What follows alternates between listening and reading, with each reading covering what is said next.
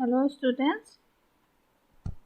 দুটা চলযুক্ত ৰৈখিক সমীকৰণ পাঠটিৰ অনুশীলনী 4.3 question number 8 আমেৰিকা যুক্তৰাষ্ট্ৰ কানাডা আদিৰ দৰে দেশত উষ্ণতাৰ একক হিচাপে ফাৰেনহাইট ইউজ কৰে আৰু আমি ইউজ কৰোঁ চেলচিয়াছ। এতিয়া এই ফাৰেনহাইট আৰু চেলচিয়াছৰ মাজত সম্পৰ্ক এটা আছে, সেইটো হ'ল F is equal to 9/5 C plus 32।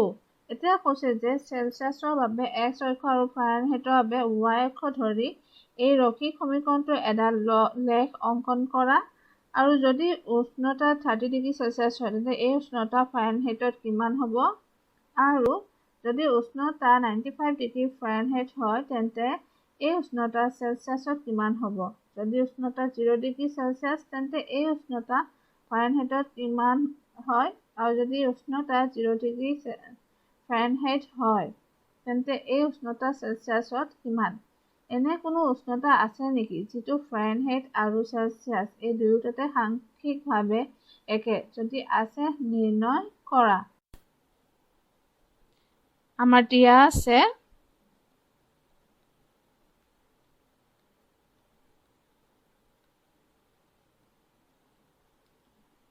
এই সমীকৰণটো আমি লিখিম F is equal to 9/5 C plus 32। আমি 1 নম্বৰ সমীকৰণ দিম।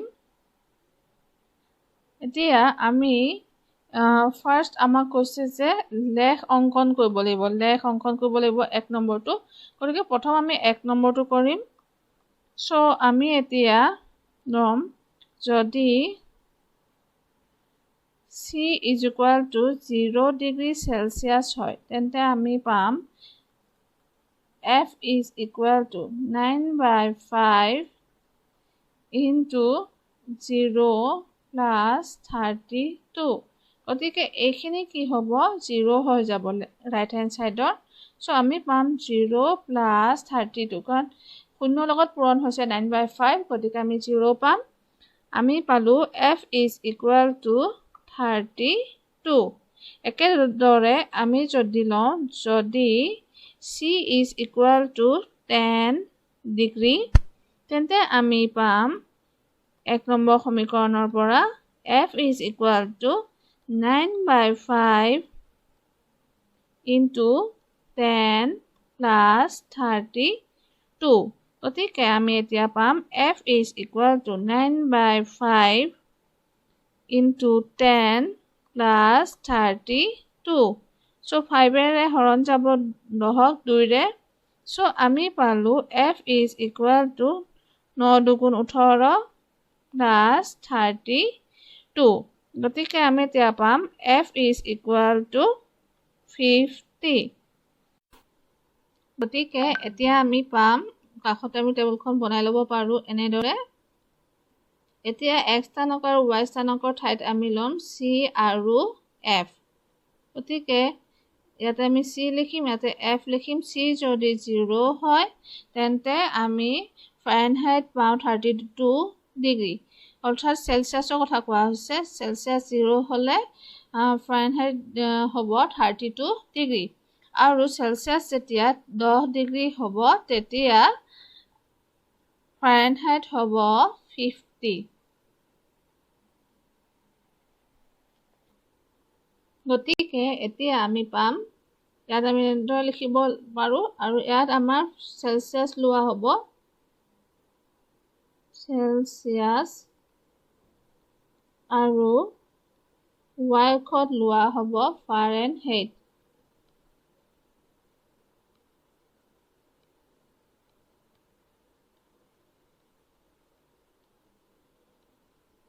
গতিকে এতিয়া x অক্ষত আমি 10টা বৰ্গত 10 ডিগ্ৰী চেলচিয়াছ, আৰু y অক্ষত আমি পাম 10টা বৰ্গত আমি ল'ম 10 ডিগ্ৰী ফাৰেনহাইট। ফাৰেনহাইট লোৱা হ'ব। এতিয়া এইখিনি আমি পালো। এতিয়া ইয়াত অৰ্থাৎ ইয়াত 10টা বৰ্গত 0 ডিগ্ৰী চেলচিয়াছ বা ফাৰেনহাইটৰ অৰ্থটো এটা যে এটা বৰ্গত আমি 1 ডিগ্ৰী চেলচিয়াছ বা 1 ফাৰেনহাইট ল'ম। গতিকে ইয়াত মই লিখিলো 10, 20, 30, 40, 50। তেনেদৰে ইয়াতে আমি পাম -10, -20, -30 আৰু ইয়াত হ'ব -10, -20 আৰু ইয়াত পাম আমি 10, 20, 30, 40 আৰু ইয়াত হ'ল আমাৰ 50।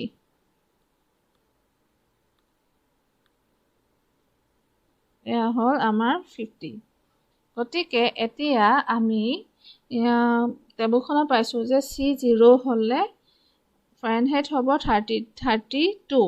গতিকে 30 হ'ল, এইখিনিতে আমি 30 পাম। গতিকে ইয়াতে 30, 31, 32। এই বিন্দুটো হ'ল আমাৰ 32। গতিকে আমি পাইছোঁ এতিয়া 0, 32 এই বিন্দুটোৰ স্থানাংক। ঠিক তেনেদৰে 10, ইয়াত 10 আছে, চ' আমি পাম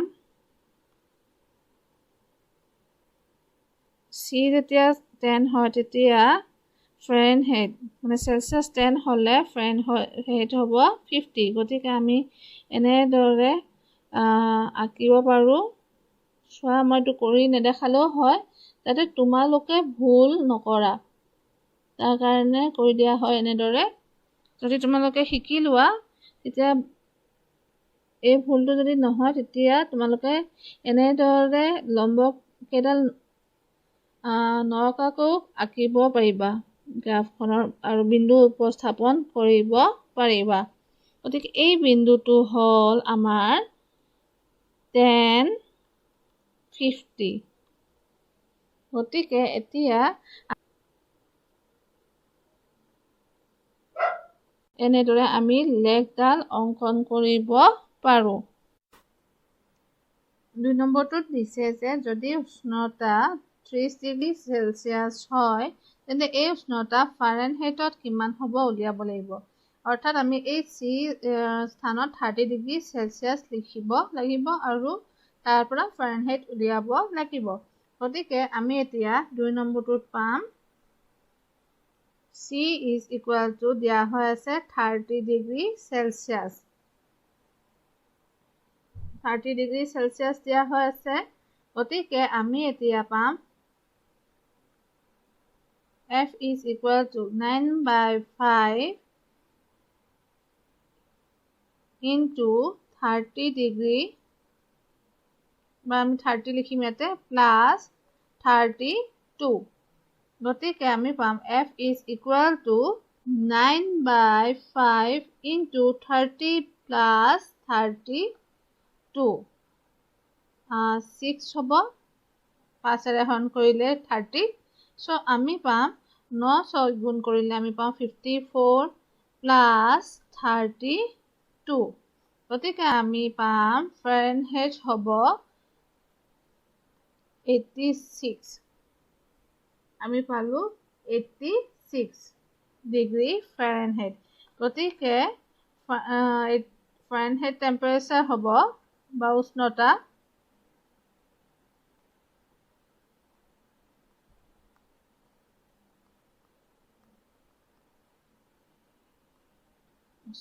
হ'ল 86 ডিগ্ৰী ফাৰেনহাইট।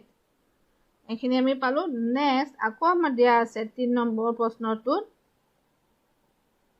ইয়াত যদি উষ্ণতা 95 ডিগ্ৰী ফাৰেনহাইট হয় তেন্তে এই উষ্ণতা চেলচিয়াছত কিমান হ'ব।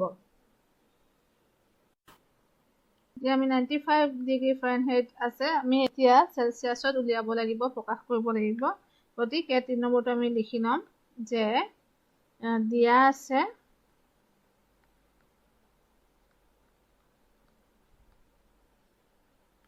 ইয়াতে আমি লিখিছোঁ 95 ডিগ্ৰী ফাৰেনহাইট so আমি লিখিম F is equal to 95 degree Fahrenheit গতিকে আমি পাম F is equal to 9/5 C plus 32 গতিকে আমি উষ্ণতা লিখিম ইয়াতে 95 is equal to 9/5 C plus 32 গতিকে আমি এনেদৰেও লিখিব পাৰোঁ 9/5 C plus 32 এইখিনি মই লেফ্ট হেণ্ড চাইডলৈ আনিছোঁ কাৰণ আমি চেলচিয়াছত উলিয়াব লাগিব উষ্ণতা সেইকাৰণে ইজ ইকুৱেল টু 95 গতিকে 9/5 C is equal to 95 minus 32 গতিকে আমি এতিয়া পাম 9/5 C is equal to 63 গতিকে এতিয়া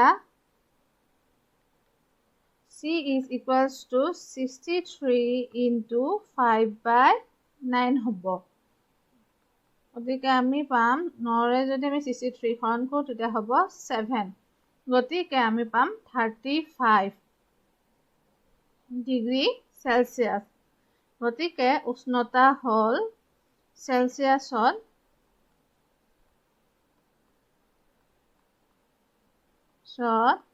উষ্ণতা হ'ল 35 ডিগ্ৰী চেলচিয়াছ নেক্সট আমাৰ দিয়া হৈ আছে 4 নম্বৰটো যদি উষ্ণতা 0 ডিগ্ৰী চেলচিয়াছ হয় তেন্তে এই উষ্ণতা ফাৰেনহাইটত কিমান হ'ব যেটো আমি অলৰেডি উলিয়াইছিলোঁ আমি যদি চাওঁ ইয়াতে যে যেতিয়া চেলচিয়াছ ডিগ্ৰী 0 ডিগ্ৰী চেলচিয়াছ হয় তেতিয়া ফাৰেনহাইট হয় 32 ডিগ্ৰী ফাৰেনহাইট সো আমাৰ এই প্ৰশ্নটোৰ উত্তৰ আমি অলৰেডি উলিয়ালোৱে যদি উষ্ণতা 0 ডিগ্ৰী চেলচিয়াছ হয় তেন্তে উষ্ণতা ফাৰেনহাইটত হ'ব 32 ডিগ্ৰী ফাৰেনহাইট গতিকে আমি এতিয়া লিখিব পাৰোঁ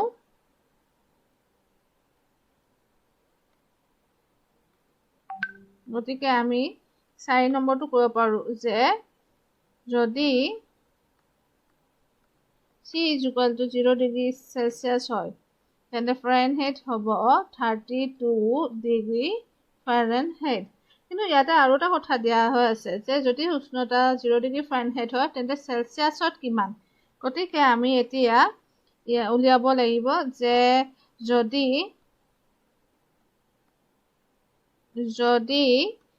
ফাৰেনহাইট 0 ডিগ্ৰী ফাৰেনহাইট হয় 0 ডিগ্ৰী ফাৰেনহাইটত আমি পাম F is equal to 9/5 into C plus 32 গতিকে আমি এতিয়া পাম 0 is equal to 9/5 C plus 32 or আমি এনেকৈ লিখিব পাৰোঁ 9/5 C plus 32 is equal to 0 or আমি লিখিব পাৰোঁ 9/5 C is equal to minus 32 so C is equals to minus 32 into 5/9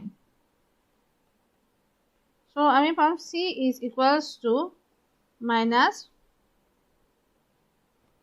160/9 গতিকে C is equal to minus 17.77 degree Celsius next ইয়াতে আমাৰ দিয়া হৈ আছে এতিয়া যে 5 নম্বৰটো এনে কোনো উষ্ণতা আছে নেকি যিটো ফাৰেনহাইট আৰু চেলচিয়াছত এই দুটাতে সাংখ্যিকভাৱে সমান তাৰ কাৰণে আমি কি কৰিম যে আমি এনে ধৰণে ধৰি লম ধৰা হ'ল 5 নম্বৰ প্ৰশ্ন এইটো 8ৰ 5 নম্বৰটো ধৰা হ'ল F is equals to X আৰু C is equals to X এতিয়া আমাৰ সমীকৰণটো হ'ল F is equals to 9/5 C plus 32 গতিকে আমি লিখিম X is equal to 9/5 into X plus 32 গতিকে আমি এক্সৰ যিটো এইখিনি অংশ আমি কি কৰিম লেফ্ট হেণ্ড ছাইডলৈ লৈ আহোঁ তেতিয়া আমি পাম x minus 9/5x is equal to 32 গতিকে আমি পাম 5x minus 9x is equals to 32. So, আমি পাম minus 4x by 5 is equals to 32. গতিকে আমি এতিয়া পালো minus 4x by 5 is equals to 32. এইখিনি আমি পাইছো। So, এতিয়া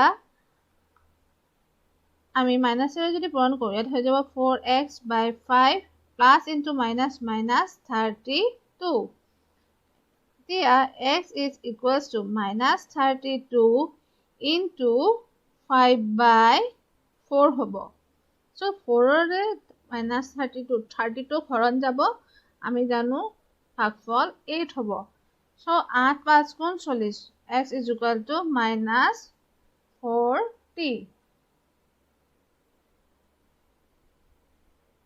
গতিকে আমি এতিয়া ক'ব পাৰো যে f is equals to minus 40 degree Fahrenheit আৰু c is equals to minus 40 degree Celsius অৰ্থাৎ যেটো আমাৰ প্ৰশ্নত সুধিছিলে ইয়াতে যে এই দুটা Fahrenheit আৰু Celsiusৰ কোনো এনে ধৰণৰ উষ্ণতা আছে নেকি যি সাংখ্যিকভাৱে সমান হ'ব এয়া হল সাংখ্যিকভাৱে আমি -40 পালো না x সমান x তো আমি কি Fahrenheitতো ধৰিছিলো Celsiusতো ধৰিছিলো এই উষ্ণতাত x টো এটা উষ্ণতা হয় যাক আমি Fahrenheitতো সেম লৈছো Celsiusতো সেম লৈছো সেই কাৰণে আমি এতিয়া পালো যে x -40 ইয়াতো -40 হৈছে আৰু ইয়াতো -40 হৈছে